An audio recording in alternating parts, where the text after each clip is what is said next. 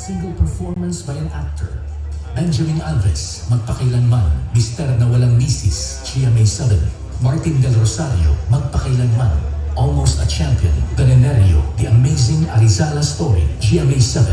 Kokoy De Santos, magpakailanman, A Son's Promise, The Kokoy De Santos Story, GMA 7. Gabby Eigenman, magpakailanman, Mana sa Inang Ama, GMA 7. Edgar Allan Guzman, magpakailanman, Love Times 3. The Joel and April Regal Love Story, GMA 7. Alden Richards, magpakailanman, Sa Puso at Isipan. The Cantillana Family Story, GMA 7. I think I'm wearing your suit in that photo, bro.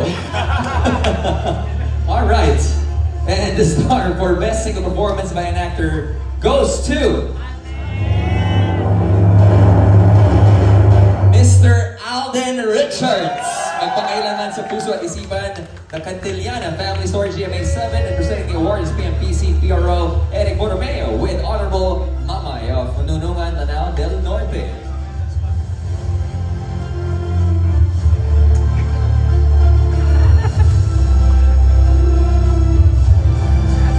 Check. Tama ka na, Roby. But anyway po, I know it's kind of late, but I would really like to take this opportunity. Of course, thank PMPC for this award po. But portraying the role of Andrew Cantillana is one of the most important roles I've done in my 15 years in the industry. I would like to thank, of course, the people behind Magpakailanman, of course, Kuya Senny Duque, who's here, my director, Direk Gina, and to all the cast members that was part of that storytelling. This award is not for me. I dedicate this award to those who are experiencing mental health problems. I think mental health is somehow unheard by the society, and the reason why I accepted the role is for me to be able to send a message to all the people who's going to be able to watch that series. Dahil ang mental health po ay hindi biro, hindi siya iniisip lang at gawa-gawa lamang ng mga nakaka-experience nito. Me personally was a victim of mental health issues. And growing up, my mom had bipolar depression, so I knew and I know exactly what it feels like, how it is to live in a household na meron po ganong klaseng suliranin. So with this, I hope that being an actor, I'm just so proud of my job, and I'm sure all of the people who's here tonight, because with our job comes a lot of responsibility, and we are able to send messages from different walks of life. Kaya sana po, with this award, I dedicate this to all the people who's undergoing something in their lives right now. The hardships, the struggles, napakahirap pong kalaban ng isip, napakahirap pong kalaban ng sarili. And I've been there, and I know.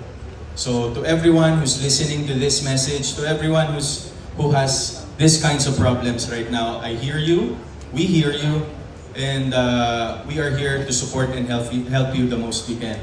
So para po to sa lahat ng mga taong dumadanas ng mental health issues and mental health problems. And to the Cantillana family, if you're listening and watching this, sinabi ko to before when I did a Facebook live stream for the episode.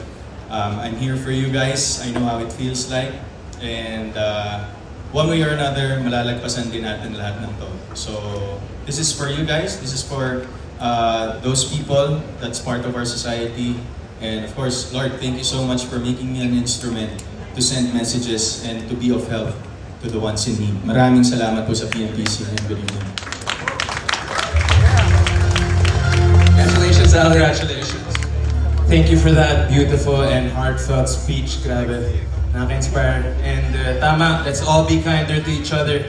Now finally, one of the most coveted trophies